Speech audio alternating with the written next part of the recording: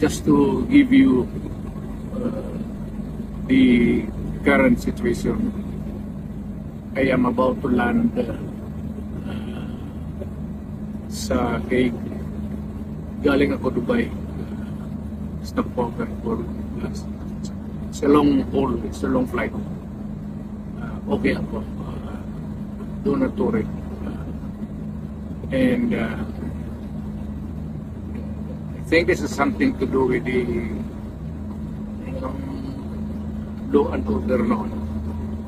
At sinasabi ko naman sa mga polis, military na trabaho kayo at ako ang managot. So ito na nga, for all of the whatever happened in the past, ako na yung front sa ating law enforcement pati military.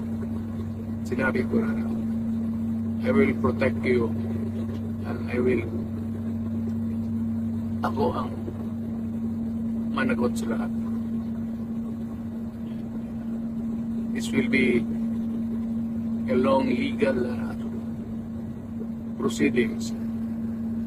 I say to you, I will continue to serve the country at